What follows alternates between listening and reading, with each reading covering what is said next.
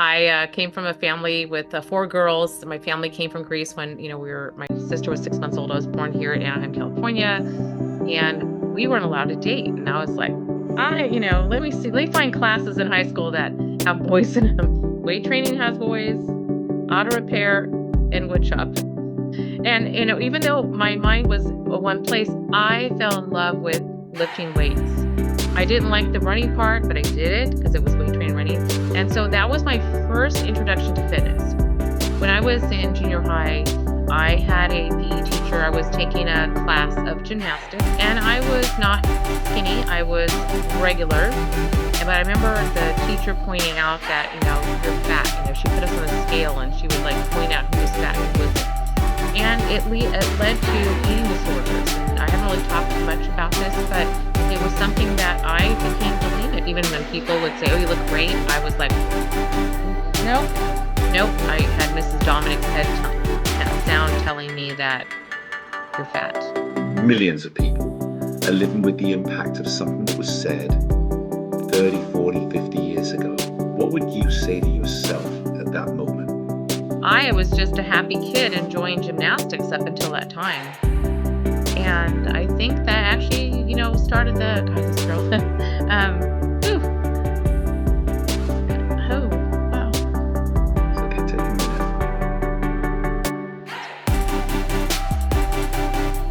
A lot of times we have body image issues, no matter what size we are. I went back to school, became a nutritionist, and also I looked at, it's not just about food when people want to lose weight or feel better. It's also, there's sometimes coaching involved and direction and helping people and guiding them in certain ways. So I also became a life coach and a health coach. This is a bulk of 5 pounds of fat towards the 5 pounds of muscle. That's the amount of space it takes up. I wrapped myself with red light therapy, and I saw a difference on my body from the first time of my skin glowing, fat loss, and I could see it actually inch loss. Over time, it's a fat cell, okay? So it helps liquefy the fat in the cell, and then it opens up its pores like this, and the fat gets to come out. So without the red light, there was no way that we could get 2 pounds of fat off of someone. And to lose about 8 pounds of fat in about a month is crazy. I guess now with my knowledge, it's funny because now I'll go back to what would I tell myself? I would say that teacher hasn't seen inside of my body.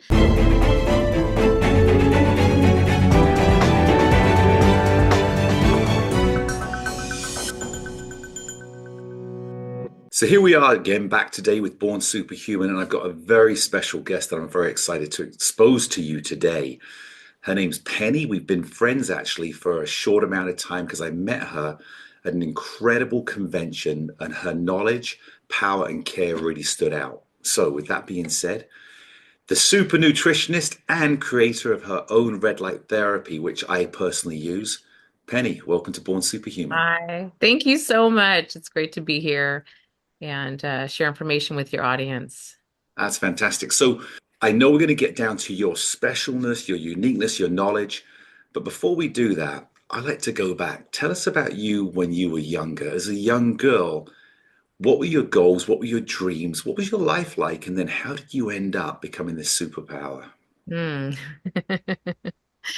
It's funny, when I was probably high school, maybe, junior high school, I would see my family with different health ailments, and it was like, how can I help them to get better faster? How can I get them to take less medication? For example, my aunt was a type 1 diabetic, and so I was like, okay, how can I help her? Okay, I know that she's sick and she has this, her pancreas is not working, but let me give her better food. Let me help her understand her body, that maybe she shouldn't be drinking all that diet Pepsi. Maybe she should also include some water in her diet, right? To help support her kidneys. So back then I was always just really intrigued with food. My family's in the restaurant business as well. So we always wanted to give people really good food, even though it was a fast food type restaurant on the outside, but actually almost everything in there was made from scratch, marinating our chicken, roasting our own beef. So there was no preservatives in There was no additives. So my interest was really with that first. I started working out when I was 16 as well. And I mean, I just actually took the class of tell you a little funny story, I guess. I came from a family with four girls. My family came from Greece when, my sister was 6 months old. I was born here in Anaheim, California, and we weren't allowed to date. And I was like, let me see, let me find classes in high school that have boys in them, which is a silly story, but it's so funny. So I was like, okay, what classes, and I started weight training because I was like, weight training has boys, auto repair, and wood shop. And so I had to go to my dad and say, okay, Dad, I'm going to have these classes, hey, can you sign off on my paper? And he's like, auto repair, you have AAA. And I was like, but what if I have this or my flat tire? He's like, AAA. I'm like, fine, I don't fix cars anyways. And then my dad's like, I go, how about wood shop? He's like, you're going to chop a finger off. I'm like, fine, can I at least lift weights? He's like, okay, fine. And, even though my mind was one place, I fell in love with lifting weights. I didn't like the running part, but I did it because it was weight training running. And so that was my first introduction to fitness. I didn't really play sports. I grew up in the family restaurant business. I was working since I was 7 years old, washing dishes, peeling potatoes, seeing how things were prepared, things like that. But my weight training really started just because I thought I wanted to be in a class with boys. But it ended up being, I love the way I felt. And I knew that I had to eat good food to be able to, get where I wanted to be. But also I'll share with you, when I was in junior high, I had a PE teacher. I was taking a class of gymnastics just at the school because they used to offer that. And I was not skinny. I was regular. But I remember the teacher pointing out that, you're fat. She put us on the scale and she would like point out who was fat and who wasn't. And it led to eating disorders. And I haven't really talked much about this, but it was something that I became bulimic, and I was bulimic for many years because even though I was trying to keep in shape and people say you look great, I was like, oh, I'm fat. I'm fat because Mrs. Dominic told me I was fat. And one of the things that I pride myself in, as I've always done, is helping people, giving them guidance if they feel that they need to lose weight or whatever it is.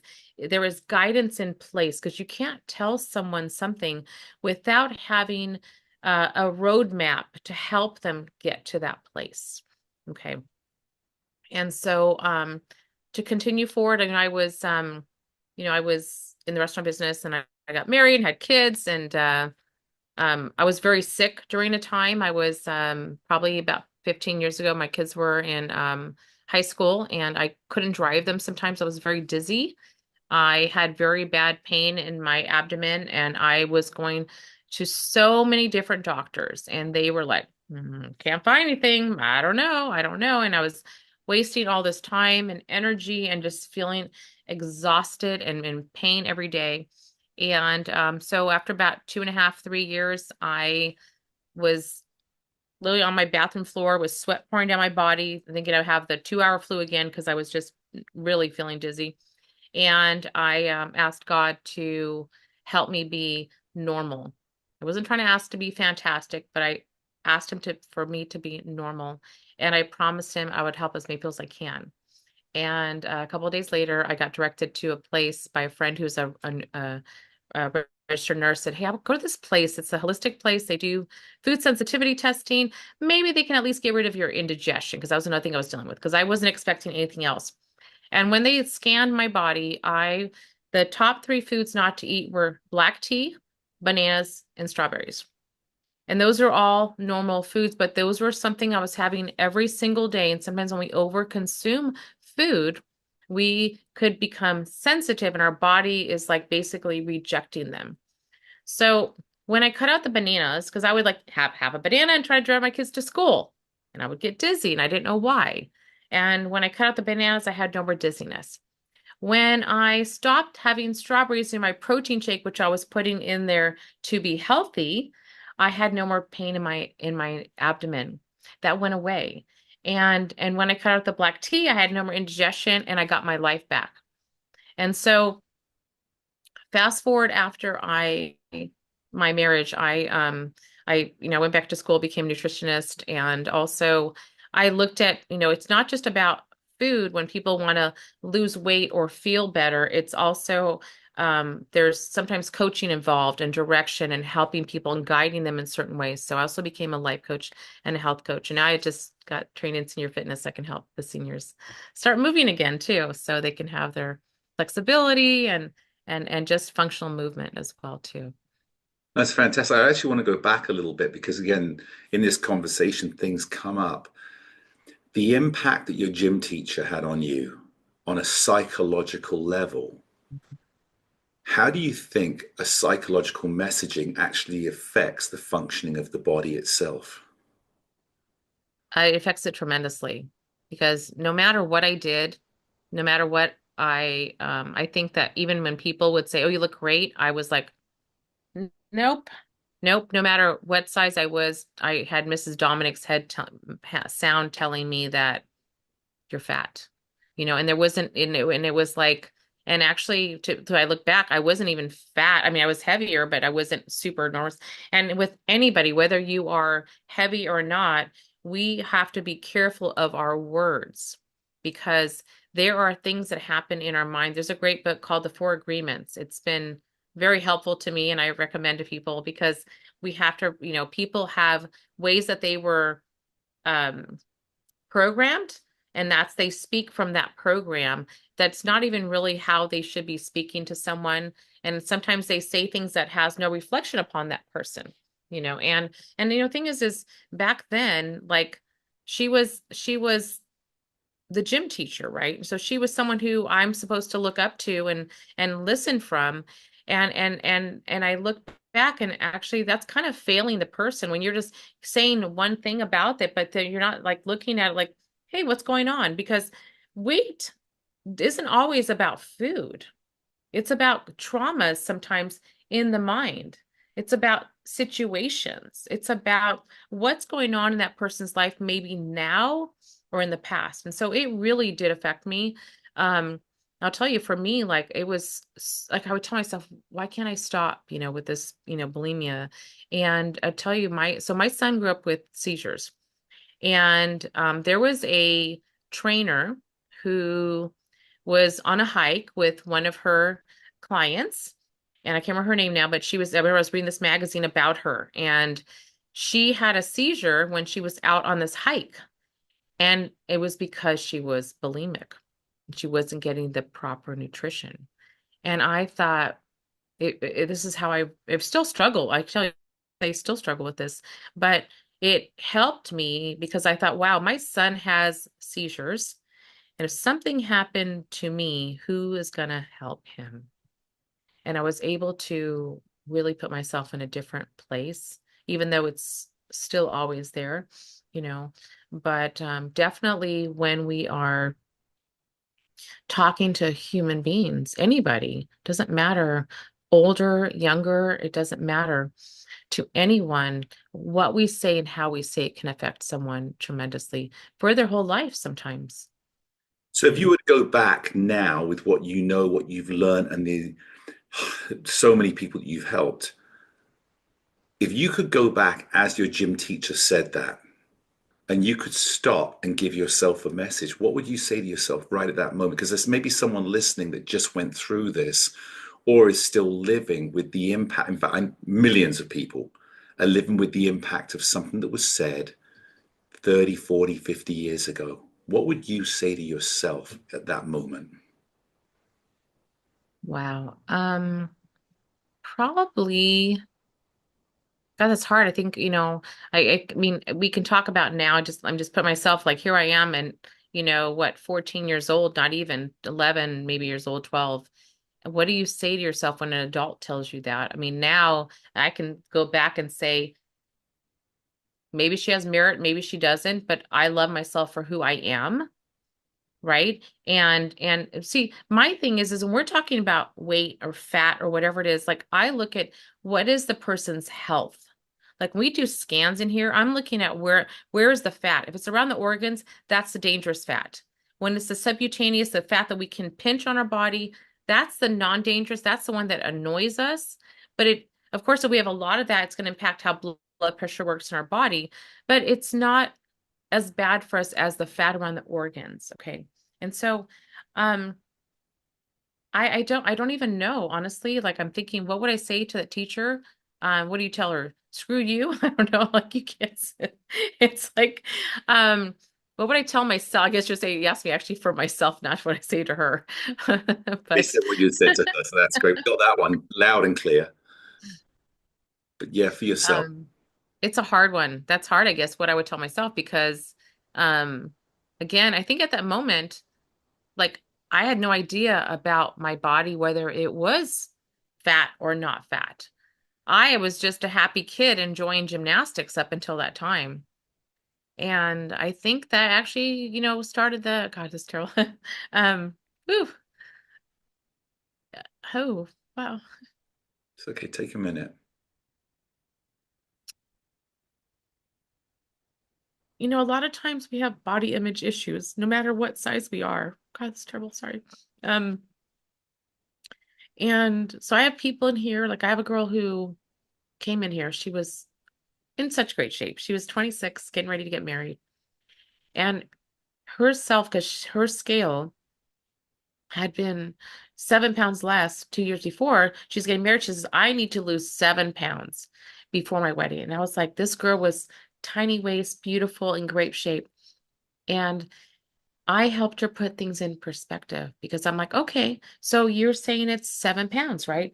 So I do a lot of teaching here and I'm showing, and I have a lot of like fat. Like, for example, this is 5 pounds of fat, okay? And this is two more. So I help people decide for themselves. I'm like, okay, so here's 7 pounds of fat. Now her waist wasn't even as big as the 5 pounds, right? So I'm like, okay. I go, 7 pounds. She's, maybe not. I said, okay. She took the 5 pounds away. And I'm like, how about 2 pounds? She goes, maybe not. And then I have another platter. Actually, let me grab this. It's right here. I have one that I cut the 1 pound in pieces. And I said, how about half a pound? And she goes, yeah. And I go, how do you feel? She goes, I feel amazing. Right? Because it was something that was just a little bit that was bothering her. And whatever the scales before, maybe she put on muscle, maybe she put on water. She didn't know. And I guess now with my knowledge, it's funny because now I'll go back to what would I tell myself? I would say that teacher hasn't seen inside of my body. How does she know she hasn't done a scan on me to see where is the weight? Is it fat?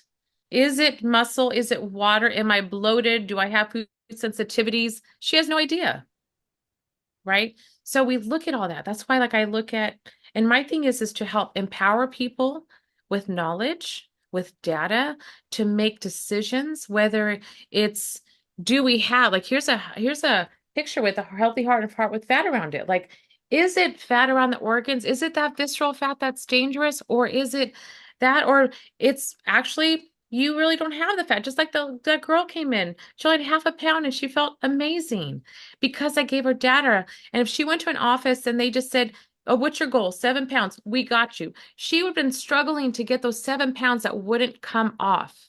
And she didn't need them to come off. And she knows it after getting a scan for 2 minutes on there. You have a scan like with the in-body or something else that separates the water muscle fat, that gives us the amount of calories. Like that's where the knowledge is. Like if that teacher pulled me aside and said, look, it's not about shape, honey. It's not about this. It's about what's going on. And look, oh my God, you have 10 pounds of fat around the organs. And I'd be like, oh, wow, I didn't know that. How do we fix it? Oh, we can with diet, with exercise, or whatever it is. Like now we've heard like therapy to help with that. That would be the way to give somebody knowledge, to be able to change something, not to give a label. Yeah, I think like anything, you go on vacation, you have a plan, you got a destination, you know the route to get there. And if you don't, you won't end up where you want to go. So I Right. think that's a critical piece of advice that you've just given, is it's not just the number, it's not just the look, it's what's really going on. Where do I want to go? Am I realistic? Not unrealistic in what you want, but am I realistic in the path I'm taking? Yeah. It's fascinating. When I went for my health check, and this was for insurance, life insurance as well, and they said, how tall are you and how much do you weigh? And it came back that I'm very much overweight. And yet I have a 14% body fat. I've got a lot more muscle. I mean, you know me. I don't walk around and look like I'm, close to obesity, but Mhm. because it's judged on numbers. So it's fascinating what you're sharing here. We haven't even got into your knowledge yet. No. Well, let me share a little bit about how you said the insurance, because they use a BMI chart, Right. and they took your height and your weight, and they went like this, and they go, okay, oh, you're at this, at this BMI, right? And it can't see if you have any water, muscle, or fat, what it is, the ratio, because you have all those, but what's the ratio? And that was actually created over 130 years ago by a mathematician. Okay. It needs to actually go thrown in the trash, being thrown in the trash. And again, a same situation. Our friend, husband is a bodybuilder, and he was actually like at 7%. He's about to do competition. And they said, oh, I'm so sorry, but you're obese. She's like, do you want to come see my husband? Because there's no fat on him. And so they came and saw him, and they go, okay. And it's sad because you know your body. What about that other person who doesn't? Now they think they're obese because the life insurance told them that he was. Right. No, and we know muscle weighs more than fat as far as when we look at it as size wise. Right. And what have you got in there? So 1 pound of muscle? this is a five bulk of 5 pounds of fat towards the 5 pounds of muscle. That's the amount of space it takes up. Okay. Crazy. Yeah. And so we talk about visceral fat, and Mhm. I've been doing some modalities, including the red light therapy pad that I bought from you. Mhm. And I've dropped my visceral fat from a 9 to a 6 right now, which I believe is pretty healthy. Tell us more about visceral fat, because most people won't even know. And I know you've touched on it, Mhm. but what's a good number? What's a bad? And again, go into just a little bit more detail about how the fat surrounding the organs stops them from functioning. Yeah. So let me grab Bob. This is talk about the numbers in a minute here, because there's different scans. But so we've got all these organs in our body, right? Underneath the rib cage, under the muscle, and we need to have some fat around to cushion, but not that much. Okay. And so we need, again, if we have too much, what happens? It strangles the organs. It becomes harder. And so if you think about it, when you look at that heart, if it is surrounding and squishing it, can it pump normally? It can't. It's harder. It's getting harder to work. Same with the other organs. What happens is they get squished. So a lot of times, sometimes people say, oh, that person is big boned, right? And so I have people come in and they're like, especially men are more prone to more visceral fat as they're coming in more than the subcutaneous is what I see with my clients. And they'll be like, I would only go off the scale. I'm like, you need to lose 30 pounds. Like that weight I was in high school, right? Or 50 pounds. And I'm like, did you have more muscle then? They're like, oh yeah, of course I did, And so, and I'm just like, we're looking at the levels to be healthy. Now, each machine has their own categories as to what it's supposed to be. If I'm looking at the InBody, which is what I use, the InBody 570 that calculates the water, muscle fat and the visceral fat, the level ranges under 10 to stay healthy. Okay. And so we can see every level above, since I've been doing this for so long, when my clients lose weight, they lose every 4 or 5 pounds that they lose in the abdomen area. It is about a one level down. So we keep looking. So again, I can say, below 10 for the InBody. I'm not sure everybody has their own scale on. That's where it's to say that there's a general number. There's really not, because each type of device might have a little bit different how they number it. Okay. So, but it's very accurate. There's a lot of machines out there that do something more about a picture. There's a machine you stand on it, it spins you around. It's great. I used to have it here in the office, okay? And it was great to get measurements, and it's a great tool for people to go, wow, this is really cool. And it would say what your visceral fat level is, but it can't see inside the body because it's just taking a picture and it's using a calculation, okay? And when we had that, even with their machine, when someone took a breath while it was measuring, they measured bigger, which means it looked like they had more fat than they did. and it was just air. Mm, And so with the in-body, or if we do a hydrostatic, which is underwater, then we can, and those are two very comparable. DEXA scan is the highest, but the best gold standard, but we can't do it all the time because it's X-ray. That'll right. check your bones, it'll check your visceral fat level as well too. So I would say, look at what the scan, their numbers are, so you can see which machine, what their levels are, but it'll tell you what the level should be. No, it's amazing because I'm looking at the scale, I'm looking at myself physically and saying, I want to be fitter. I want to be the age performing that I was at the height. And I'm a big believer age is never the reason. Of course, it has a factor, but it's not the reason. Mhm. And so I'm seeing my weight drop. I'm seeing my BMI changing as far as when I do the measuring, my muscle content is going up. It gives me the, but the number that excited me most was the visceral fat, seeing that drop because I know the healthier I am on the inside, the Yes. more my organs can work, the healthier life I'm going to have, and the better I can perform. So thanks for sharing that with us. Yeah, you're welcome. So let's jump on. So you've been this young girl, you've been around type 1 diabetes, you've seen the effect of bad nutrition and an unhealthy lifestyle. You fell in love with the idea of boys and working out, being the only girl in the gym with all these buff guys around. You then go through your own bulimic reaction because of chasing boys, right? If you hadn't signed up for gym, that gym teacher wouldn't have said that to you. Well, no, so the gym teacher was, no, so the gym teacher actually was the wrestling coach. That was all about weight training. That was when I was 16. When I was 12 is where I was introduced to being told I was fat. The Okay. gym teacher he didn't. So sorry if I confused the story a little bit. So when I was in junior high, I was in a gymnastics class. Okay. But I started, and it was funny because I just thought, like I said, there'd be boys in the class, but I wasn't, because I was chasing, I don't know, I just fell in love with weight training, Come on, regardless man. of the boy part. I just loved weight training. It was amazing. I loved the way I felt. It was incredible, truly. And Yeah. we have learned, even to this day, the importance of weight training, muscle mass in the body, how it directly affects your longevity in life and the ability to live life. Yeah. So, jumping on a couple more years, you're now living with this bulimia.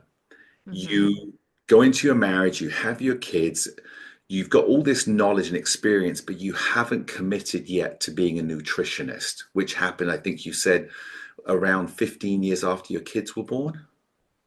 This was actually after, so I'm trying to think now. So I left my marriage about 11 years ago, and I had to go back to school, and I had, done some of my schooling beforehand, and did classes with San Diego State University, Cornell University, Fulton College, and then some other, for my health coaching and life coaching, some small schools. And then I opened a small office in Newport Beach, and I was just doing nutritional consulting, genetic testing for nutrition, so we could see what somebody was prone in, their vitamins being lower, or what exercise was better for them. But two of the things that were so important to me when I opened up my first office, was, even now it's so important, is having the body composition analysis. That was number one, the in-body, because it was, I would see people going to the gym, and even to help myself too. That was the thing, is having the numbers, because I struggled. I was trying to lose weight. I was trying to, put on muscle, and I was I was not achieving my goals. And I got my body composition done, hydrostatic, underwater. And when I got the scan done, the person there was like, "You're not eating enough protein." And I said, "I eat protein with everything." And she's like, "You're not eating enough." I said, she's like, "Get a food scale." So I'm all about, you have to know numbers, and you have to see what you're doing right to actually see if you're getting those numbers. And so after she calculated my macronutrients, this was again in my 20s. I'll just go back up a little bit. And I finally started getting the results I wanted, was based off of knowledge as to what I needed, and seeing, because I was putting food on the food scale and I thought I was eating enough protein. I was only eating half the amount. I didn't know, and telling someone that use your palm, like, I'm sorry, but if you have a flat pancake, like, how thick was that piece of meat, right? Or if you're vegan, we need to combine the right vegetables and fruits. It's not about just only animal protein only. It depends on where someone's at, right? And so having that, when I opened my office, I was like, I need to have the body composition because I would see people at the gym and I'm like, you're doing so good. You're doing amazing. Good job. And like, it's not working for me. The scale's not moving. I'm like, no, you put on muscle. You lost fat. And I was like, if they could just see. And so that, and then being able to scan for food sensitivities, because that made a difference in my life. And it made a ginormous difference. And so when I scan someone, sometimes it's coffee that caused them pain in their stomach or a carrot. We think of all these healthy foods. Some people can't have turmeric. Just because it's a superfood doesn't mean it's good for everyone. We're all different. We all have different blood types. We have, it's like a chemical reaction in our body. What happens sometimes? Or if we overconsume, we can become sensitive. And so when I opened my first office, I think it was 2000, I'm trying to think now, 17. I think we're at, yeah, I think 17 or I don't know, maybe 16, I don't know. And my office was so tiny, like I actually had to walk over the body composition analysis to get to this on my desk, but that's how important it was. And then I discovered red light therapy and I needed a bigger office and light and sound therapy. And it's been, yeah, incredible. Before we go on to that, I'm Yes. asking some pretty personal questions here, right? Do you still suffer with the thoughts of bulimia? Sometimes, not as often, but I do struggle with that. I think that when junk food comes into play and or I'm feeling really stuffed, I think that I do think about it. I think I think I know what helps me, that I know that when I was bulimic and it wasn't I was heavier than I was when I ate normal. Because when we don't eat food, or if you're not digesting the food because it's out of your system, you're actually going to hold on to fat. And it was, I don't know, I can tell you, it's hard to, when you think about those things, it was just a really hard time. I think, like I said, it was, I think me caring about my kids more than anything is what helped me really halt that. I don't know. Sometimes also, there's the medications that can help people as well too. But yeah. Did you find that, and I appreciate you being so open and sensitive, because I'm a big believer that the people that help the most are the ones that understand what somebody else is going through and understand. When you had that experience reading the story about the seizures and then making sure that you were in a good place, was it an easy decision, or did you find it was a slow progression, or sometimes you'd do great and then you'd falter and then you'd beat yourself up? What was the process that you personally went through there? Um, hmm. Definitely not easy. I think that's I think when you have a guilt of food, no matter what it is, whether it's bulimia, anorexia, or just not being able to control your food. I mean, there was times that I couldn't, I remember like being hungry and and it couldn't get full. Like I would have like my food and then I'd have like 2 blenderfuls of protein shake because I'm like, I can't get satisfied. And then I would beat myself up, because I was guilty of what I ate, but I couldn't satisfy the craving for food, right? So I think that's where I help a lot of people in here, is because I've been through a lot of stuff. I'm very honest and open with my clients because I think the only way you can help people is when you are understanding, or they can understand that you have been through things. And you look great. So it's continued success. They, what is it? Why is it that we don't feel full or satisfied? Because I've been going through that myself about 6 months ago, Mhm. and I decided to start going on fasting, where I did some study into it, some research, and I would go up to 72 hours on a water only fast. But I found for me the 36-hour fast was the best. Uh, Mhm. but I also found out I was also exercising pretty intensely when I was doing the fast, and I found out you shouldn't be doing that, which is why the 72 hours start getting headaches and all the stuff. But I found by fasting, I lost the feeling of not being full. But why do we not feel full that we want to keep eating? I can't even answer that. I don't even know. To be honest, there's really not a, I mean, the thing is, we have hormones that help us feel full. And ghrelin is one of them. And it's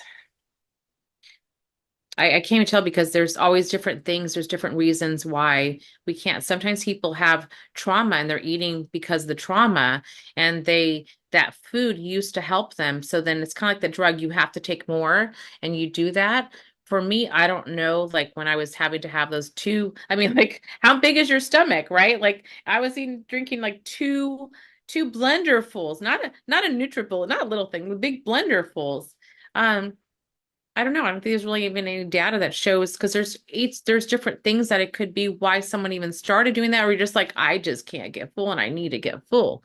You know, don't know. And I appreciate it, but it makes sense what you're saying as well, because what used to cover up the need then becomes nullified within the body because it's not actually satisfying the Yeah. need at the actual moment.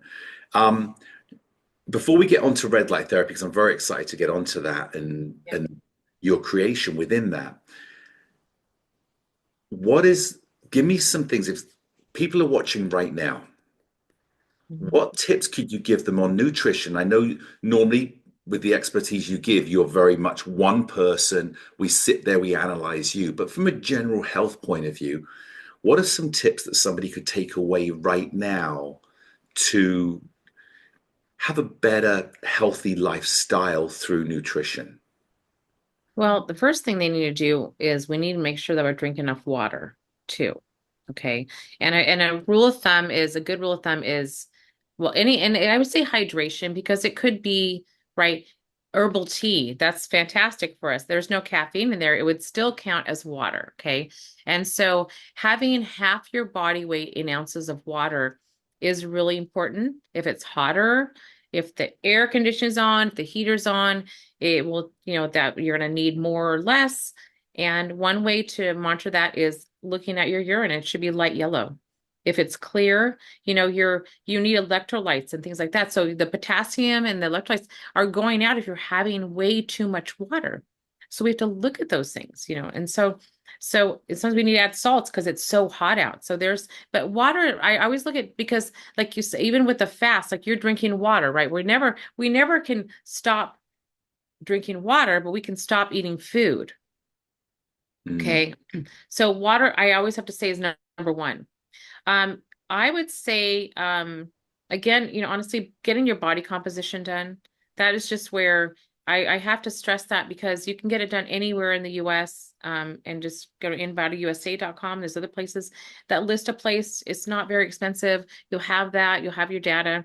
So, but then eating food is really rotating our food as well too, because you can become sensitive to something.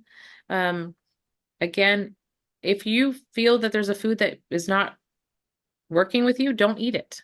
Like there's, unfortunately, we make our kids eat what we make, right? And I have families in here, and I'm like, I'll scan the kids for their food sensitivity testing, for their foods, and they'll be like, you can't have peas. I'm like, I've been telling you peas make me sick. And then mom's like, okay, you don't have to eat them. I'm like, it was an argument that they had that we no longer have to have that. So looking at that. So, but if it doesn't feel like it's working for you or for your child, let them not eat that because you can eat a different type of food, right? Green beans are just as healthy as green peas. So what's the difference? It doesn't matter. So eating a variety of fruits and vegetables, I think is really important. Getting our fiber is also key. If you can eat avocados, if you're not allergic to them, those are a great source of fat and they have so much fiber. They're so good for us. I think avocado is a really great superfood. I love avocado, adding it, of course, and especially that dark green that's next to the peel. You want to get that too as well. And getting your protein in. Of course, if you are a vegan, vegetarian, you want to, combine vegetarians, they'll have the eggs in their milk, but you need to combine vegetables to create almost a complete protein. That's what we're looking at is really looking. And then if you're having protein powders that are vegan, make sure it's complete, or else you're just having fruits and vegetables and it won't count as protein. Awesome. Well, those are great tips. And I'm going to start getting my avocados a little bit more regular in my diet then. I did have a thing, there's two things I want to bring up in here. I've heard that you can have too much fiber that can actually clog you up and stop you from removing from the bowels. And I think that's something I think I've struggled with is, Hmm. so then I went completely away from fiber I see. because now it was starting. What do you do in that case? Or do you have something that you recommend that we know we're getting enough fiber, but it's not creating this constipation in reality? Right. Well, I think that's where avocados are a great source of a combination of fats and fiber, and having your vegetables that are fibrous.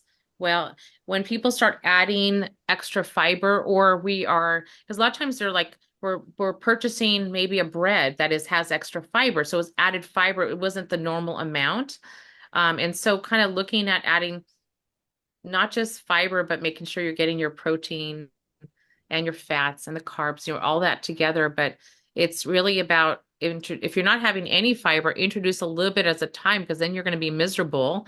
You'll get constipated, you'll get gas, and you're not going to be happy.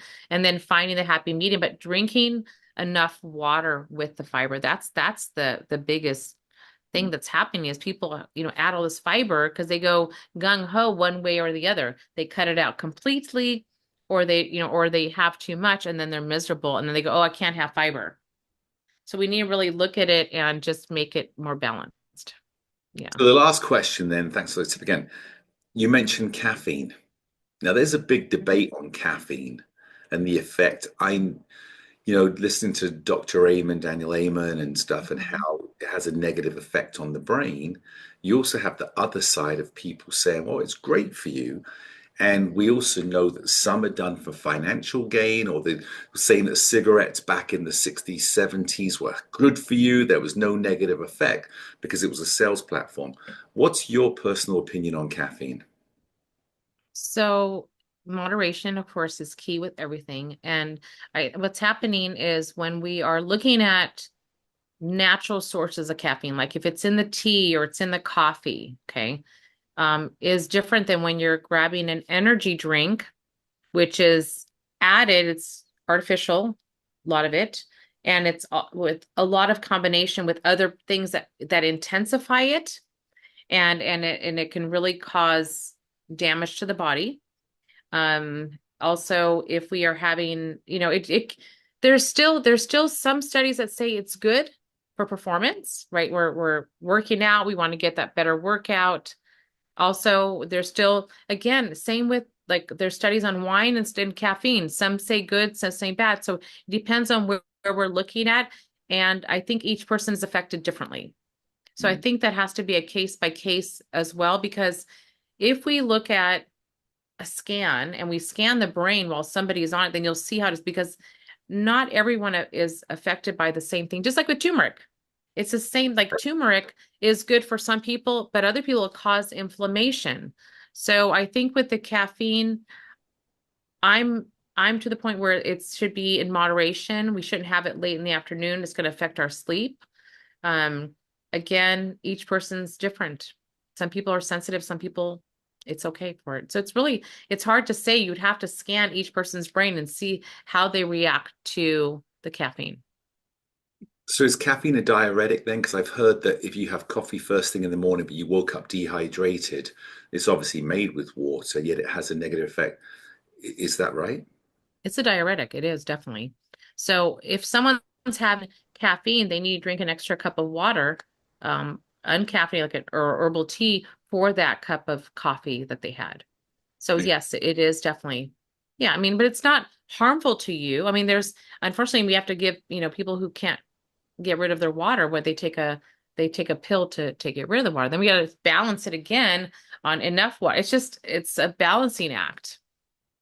And I guess that's why you go to an expert, you get your body scanned, you figure out what's personal to you, Yeah. because we read one thing, and if we make it personal to us, but it's not right, that is going to affect our health until we get to a point where it becomes a problem, and then we're in a negative state.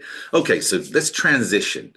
Here Okay. you are helping all these people, changing their nutrition, making them healthier, and as a result, we know healthier is happier. Red light therapy, how did you get into that and create your own products? Okay, so we'll go backtrack to 6 years ago when I was first introduced to red light therapy. And a friend of mine was going up. Actually, I should say before I even got to my first machine, I went to a place that had this red light that was floating over my body. I saw this Groupon for this red light weight loss, and I was like, okay, I got nothing else. I'll just try this. And I saw absolutely nothing. And I didn't know really much about red light then. And it was, of course, hovering over the body like 18 inches away, very far. And so a friend of mine was looking at a red light therapy machine for his office for weight loss and pain relief. I went up to the valley with him and I said, oh, come on, this can't work. He's like, no, let's go check it out. So the doctor there was showing me his before and after pictures on the wall and how he lost all this weight. I'm like, oh God, he went to the gym. You're lying. Like kind of this it was like, I literally, I think I recorded the conversation too. I was like, okay, because this is all lies. We got to analyze this later, right? And of course it's gone, the recording, but I was like, I don't know. I think I don't buy it. He goes, no, I'm going to buy it. I said, okay, it's not my money. So I went down to my friend's office in Menifee and I wrapped myself with red light therapy or the nurse there did, the girl at the front desk. And I saw a difference on my body from the first time of like my skin glowing, a fat loss. And I could see it actually inch loss. And I was like, cause fat loss, you can't really, it's still in the body, but I was like, oh my God, I took pictures. And I still like, I'm in my bikini and I'm like, I don't want my friend to see it, but I'm like, okay, let me look at the difference. I'm like, it was crazy. And so at that point, I invested in my first 6 years ago or 7 years ago, I invested my first red light therapy. I invested $28,000. Okay. Because that's how much I saw a difference. And I thought, okay, it's crazy, but it worked. And so I worked with clients in here. I was with this one company. I was also now, I'm going to help you get these out. This is amazing because I was helping people with nutrition, but I could never get 2 pounds of fat off of someone in 3 days. That was crazy. So stop right there, because before we move on, and we'll come out. How does it describe what the process was? You wrapped yourself in the red light. Uh-huh. Was this on your skin, tight to your skin? Was it On 3? the skin, on Okay. the skin. Uh-huh. So you put the pads on the skin wherever, like their abdomen, back, legs, and arms. And what happens? Yeah. So then we just lay there for 20 minutes. And after that, you get on a vibrational plate machine. And then we just basically had to use, wraps at home to push the fat out. But I saw a difference like right away after we did the shake room. So what happens is, and I'll go into the rest of it, but so over time, this is a fat cell. Okay. So it helps liquefy the fat in the cell and then it opens up its pores like this and the fat gets to come out. The fat goes through the lymphatic system and processed through the liver, just like a fatty meal. Okay. Now, when we do the scans, we get to see how much people get to eat when we did the in-body. That's why this is important to know is if you don't eat enough food, even if I manipulate cells to open up, the body will hold on to the fat because we have all these organs that need nutrition. Okay. And so if we don't eat enough food, even if we open up fat cells, it will not come out of the body. The body will hold on to it. So that's important to talk about is because it is not just going to happen if you don't look at things after. We have to have a low carb diet so we can utilize the fat that was released. We need to use compression and we need to exercise a little bit to move the fat towards the lymphatic system to process through the liver. So it's a whole process together. But even if I did everything else without the red light, there was no way that we could get 2 pounds of fat off of someone. And to lose about 8 pounds of fat in about a month it's crazy.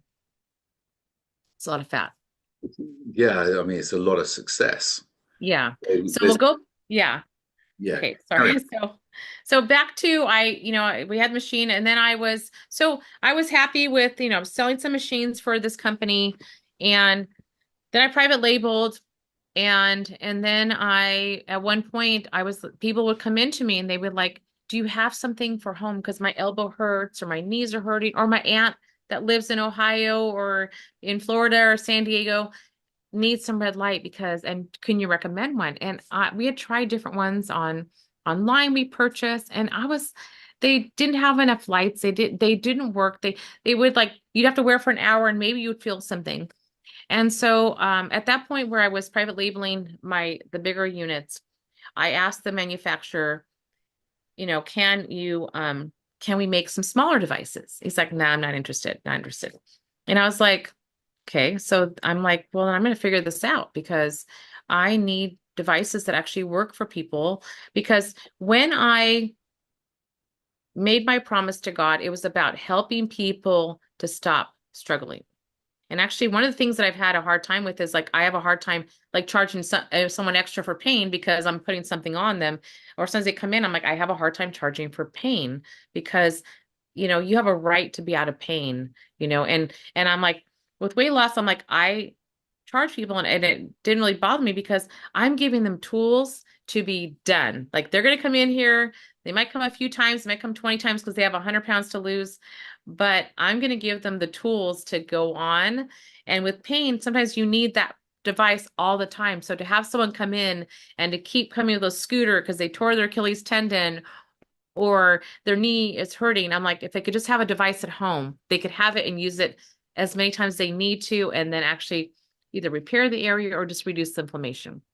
And so I found a company that was, working on some red lights, but not making anything like what I had. And so we did R&D back and forth. I was designing and, telling them how many lights I needed. And lo and behold, red light pro devices was born out of necessity, pretty much. I think that's where, necessity is the mother of invention.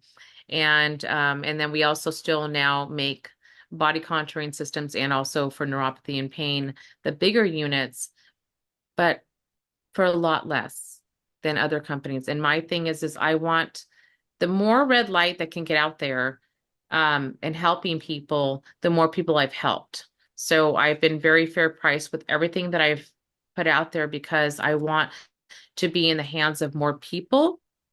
And having like there's a physical therapist in Florida, and they were using this unit that was like $7,000. One of the guys had at home because they gave him because he had all this pain. And my panel, which is way less than that, was working faster and better than that unit. And I, people tell me, why don't you just charge more? And I'm like, I don't need to make a ginormous amount of money. I want to help more people. And that's really what it's about. That's what my company was about, was me. And everything that I do is about helping people at a fair price.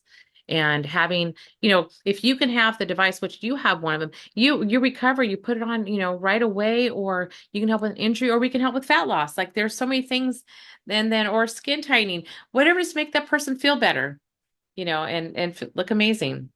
Yeah, that's one of the things that is fascinating, the science behind it. Because you sit there and go, well, there weren't enough lights on it.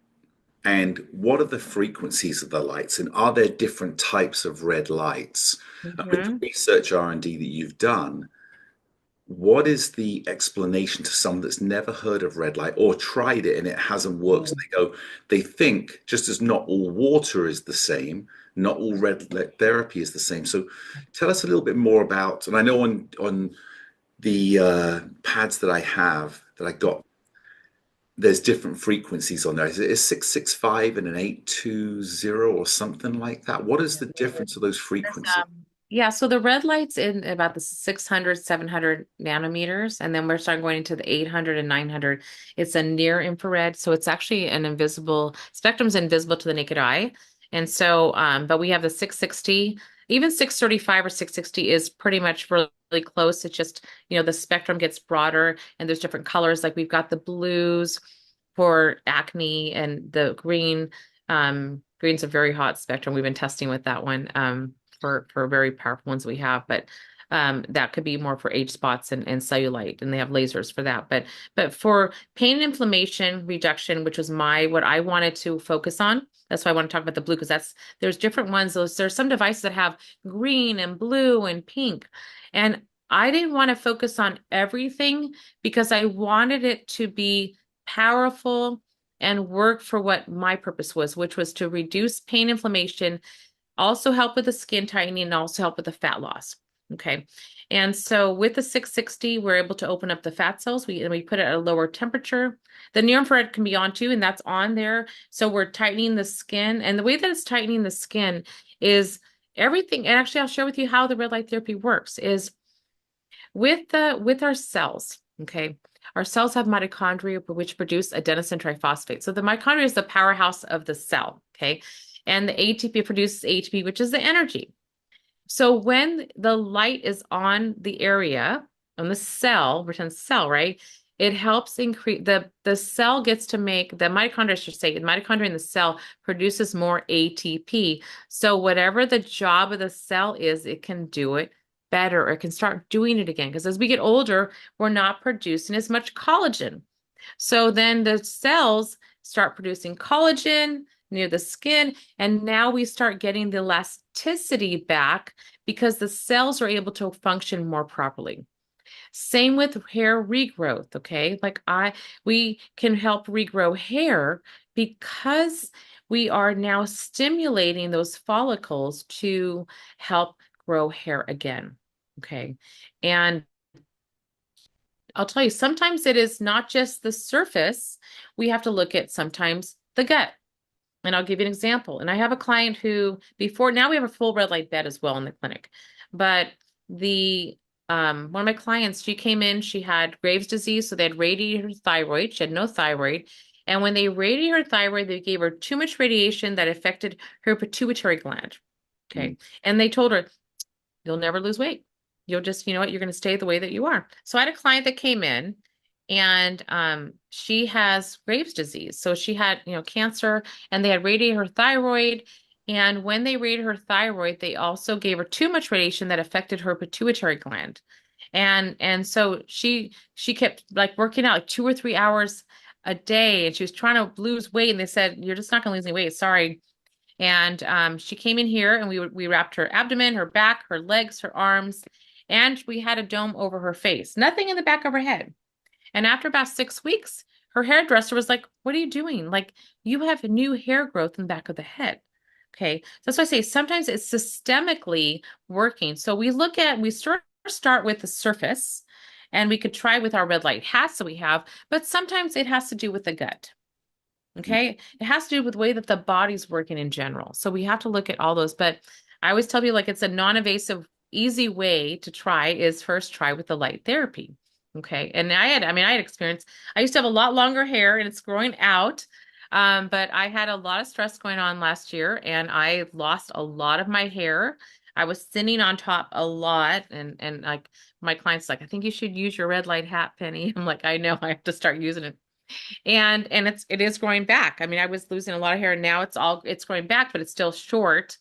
And it's funny because a lot of times we'll see these advertisements, and I have one of my people who purchased like my red lights, he was looking at this ad and goes, hey, check out this comb, right? Look at this before and after pictures. I'm like, wow, that person in 6 weeks grew their hair 12 inches. Is that even possible? And he goes, I guess not. I said, not even a child can grow their hair 12 inches. Like, they're showing you these before and after pictures. Look at if they're realistic. Like for me, I started seeing hair growth in 10 days, but it was tiny, tiny little pieces, right? So I'm still growing my hair out. It's not long yet, but I'll get it back from that. So we have to look at too, and I like to talk about that because we have to discern when we're looking at before and after pictures. Like, is it realistic? Can those things really happen? And are there studies behind that? So it's amazing with light therapy. There are studies that helps with macular degeneration. We can help with the fat loss, of course, but even, arthritis has helped with some people. There's a lot of things that we can help with that. I've actually, my eyesight, to be honest, I have been wearing glasses since I was in junior high, and I don't need glasses anymore because of the red light therapy. And that's what's the only thing that's changed. And I mean, here I'm 56 years old, and I don't need my glasses. It's pretty incredible. Is that from doing the hat? Is that just from doing it? Will it affect the red light? We have the red light dome. Okay. You could hold a pad in front of your eyes as well too, and that would be helpful for And do you sure. have your eyes open at that point, or are they closed? Close them. Okay. You can go through the eyelids. Okay. Yeah. So I know red light therapy helps. So in fact, my girlfriend's boss has been having rheumatism on his hands. I know you have a glove, but he was very resistant to want to invest any money into it because he hadn't really heard about it, didn't believe it.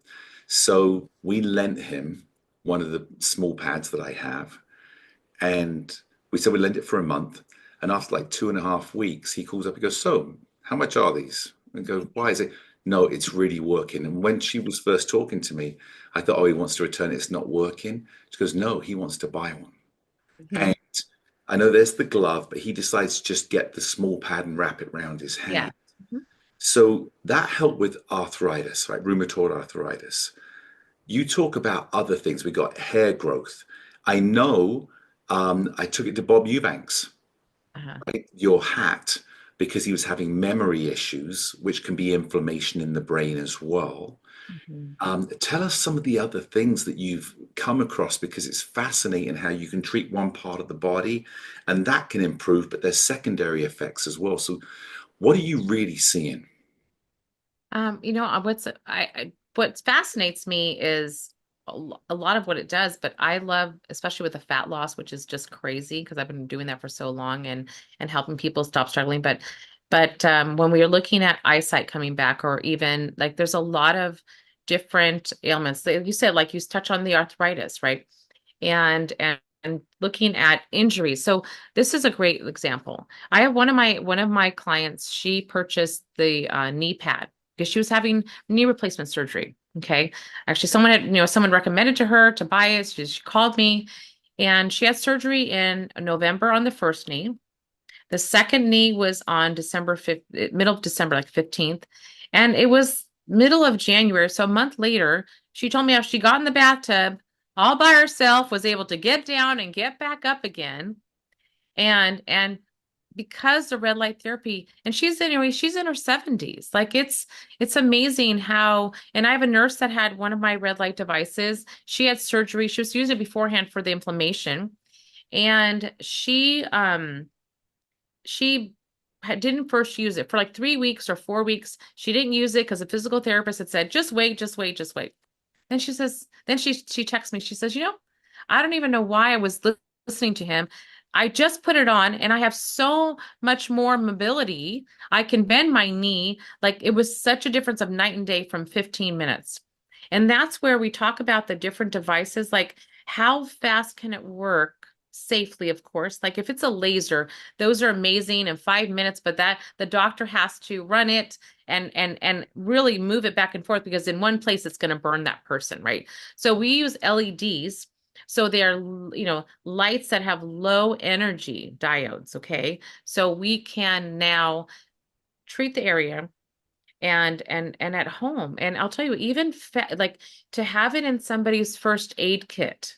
And we know now that really ice is not even good when we have an injury. It's actually a very cold water, and I can't remember exact the temperature, but the ice, that's why we have to put padding between it because it's too cold. And so I'll just share with you another story. I had a friend who tore his Achilles tendon playing pickleball, fastest growing sport in America right now. And he came in with his little scooter and with his knee, he couldn't put any pressure on the leg. And we wrapped him, I think it was about 4 times. That was it. He came in twice a week. And he was, they told him 18th month recovery from the severity of his injury because they had to do surgery to reattach it. And he was hiking in 6 months. The surgeon at the VA was like, I've never seen someone, heal so fast. And when they looked at the scans, he goes, I could put the injured one and I'll show all my colleagues, nobody could tell it was injured. Normally there's a scar. It didn't even leave a scar because it's helping the body help itself. Now, what's amazing is 1995, NASA took light therapy up to space to see if they could grow plants. And what they found was the scratches on the astronauts' hands started to heal, and nothing had ever healed in space. So they spent millions of dollars on research to see what light therapy can do. And they found that there wasn't really any side effects. It was all beneficial because it's increasing the cell's ability to make ATP, adenosine triphosphate. That's why it works so well. It helps reduce inflammation. It helps reduce pain. So someone doesn't have to take Tylenol and Motrin and harm their body. And maybe we can make a dent in the opioid epidemic. If someone starts getting relief sooner, they might not have to take that second bottle and get filled and then get stuck with another because they've never been an addict, but now they are needing it for their pain, and then they can't stop taking it because they're having a very hard time because it's addictive. Mm. It's a really, it's a hard time right now with that. Yeah. Yeah, there's so many things. The nice thing is that we are looking outside now of the big pharma drug world, Yeah. which I'm a big believer in, dumbs your body, it numbs your body down and stops the body from doing what it's made to do. We're born to heal. Yeah. And why aren't we healing? I want to go back a little bit though. You talked about, and look, I was a head coach on the Olympic development program. I was a soccer player, a triathlete, military, all the different things. But you said something that goes completely against what we've always done. When you sprain an ankle, when you injure your hand, a joint, inflammation, you put ice on it. Mm-hmm. You just made a statement. We shouldn't be putting ice on it. Do you have any stories or anything to There's share? actually studies, and I can send you the links to them showing that ice is now they're looking at it's actually more of a cold water there. And there's a company that actually makes a device now that you freeze it, it doesn't get completely frozen, it gets to the perfect temperature. And when I was at PickleCon as well in Missouri, when I was talking about pain, Eric Corum, who is one of the head coaches in with a lot of athletes, and he talked about that as well as with no ice. And there were studies that show, and they've changed it so not to put ice. It's actually you have to have the right temperature of the cold water to reduce the inflammation. And like I know that people also think red light, well, you're heating up the area. Well, you would never put hot on inflamed areas of the body, right? But red light therapy is working on the cells. It's not a heating pad. And for example, there was a lady who I had one of my friends had all my devices, was at a pickleball tournament, and he was doing therapy on everybody just because he wanted to. And this lady severely sprained her ankle. They had to carry her off the court because she couldn't put pressure on it. And he wrapped her ankle with red light therapy, and it felt okay. And then about half an hour later, she said, "Can I do it again?" And she did it again, and she went and played it again because we started reducing inflammation before it could really swell up. Another time this past year, I was at a charity event. I had set up a recovery area for the athletes with the red light therapy and the infrared sauna. And these two women kind of tripped over each other, and the lady went hard down and she hurt her hand. Thank God she didn't hurt her wrist. It happened to be a doctor next to her. So I'll just put some ice. But it was becoming black and blue and swollen. And I'm like, forget the ice, put it in the glove.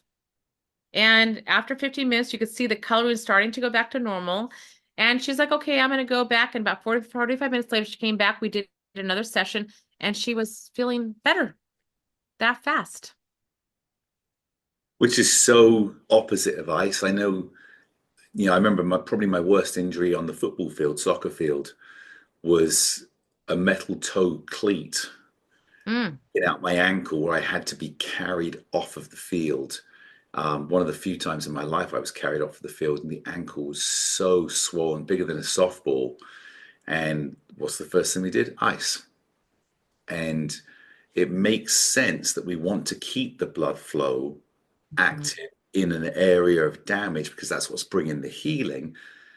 And I guess without the heat, the direct heat, by putting a hot pack on it that doesn't have the effect at a cellular level that red therapy does, I'm going to be doing more of that for sure. Definitely. Yeah.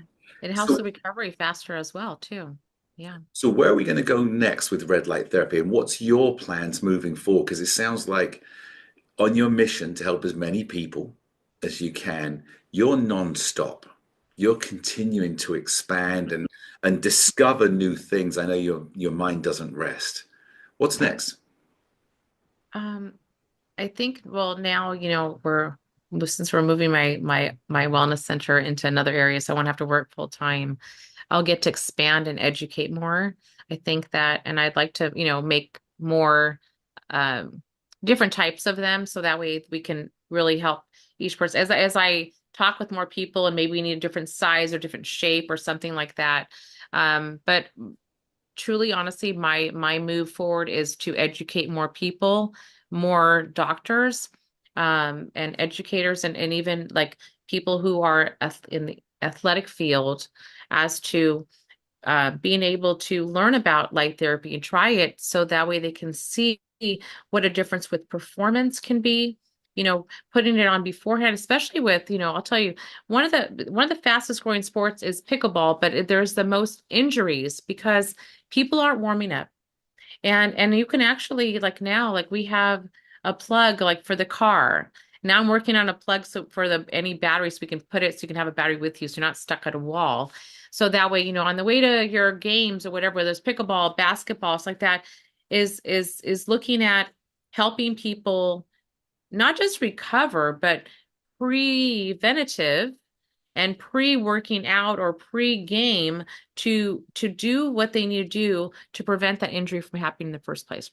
Especially as we get older, it's really education. That's why I just got trained in senior fitness to start putting some programs together. Because if we can help our loved ones, especially when we get older, our circulation is not working, right? And so they go to get up and they go, oh, my knees, oh my. I'm sure you've seen people, they have a hard time getting up. But if we could help the area work better, or just say, let's do 15 minutes of red light before you even try to get up. And then, like, wow, this is great. Guess what? They get to be more active. So it's my thing is more working on the programs with the seniors and the athletes, and to really help them live a better life with vitality. Because we can talk about living a longer life, but are we actually living that life? Because I want to be able to move and not just be stuck in a chair, right? Or in a, and that's where I think I'm educating. Like, I have a client who, she was taking radiation pills for her after her cancer, and for 2.5 years she sat looking out the window. That's all she could do, or go to bed in the bed. It would take her 20 minutes just to think about moving to go to the bathroom because she was in so much pain. And she happened to be in this building for something else, and she saw my sign. She goes, oh, I saw them for advertising. But she goes, I don't want to come in for weight loss. I said, no problem. And after 3 sessions on our red light bed, okay, 3, she started to feel better. And she probably came in for a few months, twice a week, and she was feeling better. I haven't seen her since December. Has she regressed? No. My thing is let's get you back to living your life so you're not dependent on me or anybody else. And that's what's great about devices at home. They won't take out of your day if you need them. And we should have them in first aid kits, so that way, as soon as something happens, you put it on, and then you could prevent taking any medication. Or sometimes what happens is because the swelling causes even more damage around the nerves. If we can, basically, because we're squishing things. If you had, let's say, already an issue you didn't even know about, and now you're causing more pain, right? With your hands and your fingers too. So that leaves me with 2 more questions. Okay. Who should not be using red light therapy? Well, if somebody is on medication that makes them sensitive to the sun, it could, some people, get affected by the sun with those medications, some don't, so that could affect them. If someone has a pacemaker, I just wouldn't put it over the pacemaker, but they can put it on other parts of the body. I would say that if somebody has cancer, check with your doctor, right? There's some clinics that actually treat some cancers with red light therapy. So there's a lot of things that we would look at. Like, if you have some kind of a health condition, if they come in here too, I always work with somebody's doctor. It's always looking to err on the side of caution. If someone has heart disease and they put it on their ankles, it's going to affect their heart. No. And actually, if someone has heart disease, they can still use it on their body. But if someone has a pacemaker, defibrillator, if somebody is going through cancer treatments, right? If someone is going through radiation or chemo, the red light is going to try to repair what it's damaging when that's what it was caused. That's what it's supposed to do, right? So, you have to be careful when you're working with a doctor. You need to work with your doctor with red light. You need to ask them about the red light therapy too. The one thing I would say there is a lot of doctors aren't educated in red light therapy. And so, and that's not saying don't listen to them. That's get expert advice. Because Mhm. wouldn't it be sad to find out that you could have used it and it could have improved and increased your healing, and Mhm. yet you stopped doing it? I had that with my, balance training system that you know very well as well, where doctors would say, "Oh no, don't get that. It's a gimmick. It's a waste of time." And the patient went and did it anyway because they go, it's a 30-day return policy. What have I got to lose? And a month later, they walk back into the doctor's office and the doctor, "Oh my gosh, what happened? You're walking so well." And she said, "Well, I went and got it. I had nothing to lose." And after that, the doctor became a believer. Mhm. So certainly, I would advise people to at least look into it because I felt the benefits of it. I know my family have felt the benefits of it. I've got so many people I've spoken to through you, opening the doors to me to really begin to understand red light therapy in a different way than I knew before, and do the research, the whole I thing. would say do the research. And, one of the things that you could do is, and actually, yes, is bring that study to your doctor or ask them, would it harm me if I did? Or why shouldn't I? Right? If they don't know, then you can do the research and you can bring it back. But I always like to, side in the air of caution, but always bring that back. Like that nurse knew, like she's like, first of all, if someone did surgery and the doctor's not really sure, or it was a physical therapist, it was a physical therapist said, "I'm not really sure if we should do it." They didn't say it's going to harm you. Like if the doctor has a reason why not to, but again, if someone's sensitive to the sun because of medication, I would wait till you're done with that medication, right? Because you could break out in rash. But if it's on a local thing and says, "Well, I've got pain. If I get a little rash, I don't care." What's the harm, right? Yeah. Right. Red light therapy combined with nutrition. Where do you stand on that? Putting the Oh my gosh. The both together is amazing. I think that are we talking about for overall wellness? Are we talking about weight loss? So it depends on what we're looking. I mean, we need nutrition. And everybody should be doing red light therapy unless they're not supposed to. But we can definitely live a healthier, longer life. I'm going to say again with vitality, because I think it's important that we live a life that we feel vibrant. Okay, let's put the word vibrant because it's like we want to feel amazing. You get energized from this. Imagine energizing your cells. Imagine energizing all of your cells on your body. What's going to do? It's going to help you keep working, right? We fuel our body, we fuel our organs.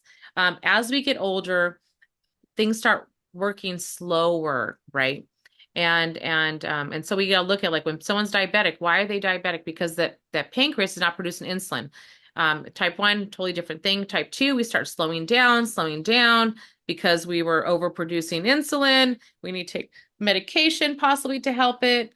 The pancreas, work better, and it gets tired. So if we can give our organs a boost with of increasing, the energy that they produce and to work better. We have people who have had IBS and they tell me, I've had it for 9 months and I've been using red light and I've had 2 bouts of IBS in 2 months. That's a big reduction, right? And I had another person who kept taking antacids for because they had indigestion, and they're like, nothing was helping. All these different things, and then something said, just put the red light. She put it on her chest, and within 5 minutes, the feeling of that went completely away, and she could go to sleep. You amazing. know, so there's so many things that I just hear every day that it's not like a study backed up. But I was like, well, if you have the red light and put it on you and it helps you with indigestion, why not? You know, can it help with IBS? I don't know. It depends. There's a lot of things that could be why, but if we can just calm the area down, and reduce inflammation, maybe the organs can work better. This really depends. So, It's really endless, right? The more we learn, the more yeah. we grow. And I'm a huge, um, just in a huge agreement with what you said. We don't want to exist, we want to live. Yeah. And anything that can help us get there without damaging us in any way is invaluable to the quality of our life and the quality of those around us. Because the more independent we can stay, the more we can be out of pain, the more we can allow others to be independent and play with us as well.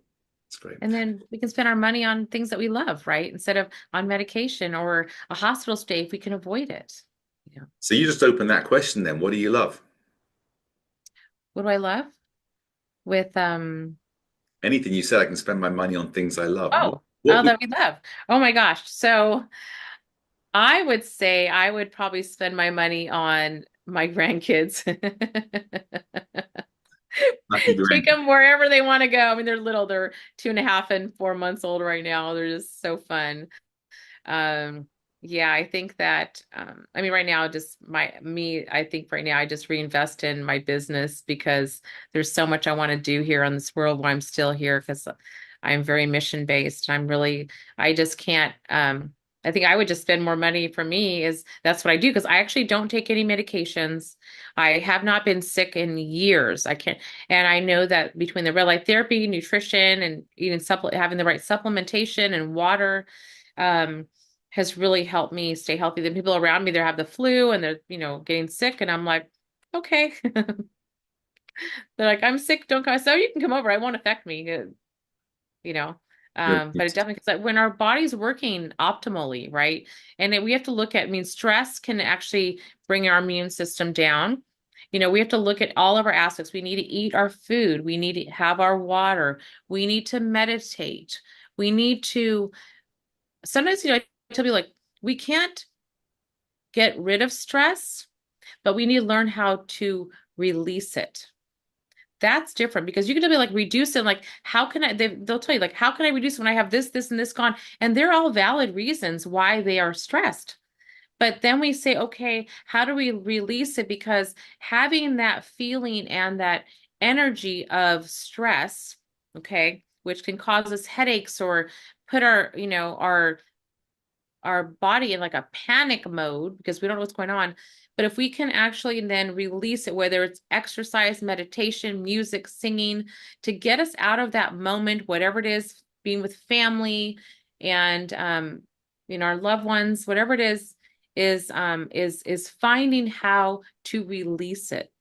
And Mhm. I would say that, also I want to just put here is a lot of times when we are down and not feeling good, we really need to get out and get to the fresh air. And even if we go to a place where there's people and we don't talk to them, the energy around us can help us come out of a spot a little bit. We're not in that good place. I would definitely say that is something to say. You brought up something that's, Mm-hmm. I finish this with every podcast. Mm-hmm. You said, as long as I'm here, while I'm here on this earth. My final question I ask everyone: what would you like to leave as a message for everybody around the world?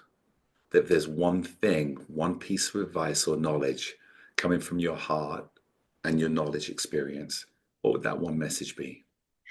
I would say be kind to one another. And when you hear somebody saying something to you and you think, wow, that was rude or mean, a lot of times it's because that person's struggling within themselves. And we have to remember that it was or if they talk a certain way, it's because of the way that they were programmed growing up. And I think if kindness does spread, and the energy, giving a smile to someone that is coming by, I don't know, I think it's kindness and caring and having a little understanding for people. Well, I think that shines through with your care, your kindness, and your purpose in here, Penny. So I want to thank you so much for being here with us today. Thank you so much for being vulnerable and opening up about yourself, because I think there's so many people out there that are suffering, that feel that they're on their own. And you Yeah. being kind enough to share your story lets them realize not only is there a way out, but there's a community of people that truly care, and how invaluable they are themselves and their worth investing into healing. Yeah. Thank you so much. Thank you. And I look forward to hearing your continued success and helping so many more people. Thank you.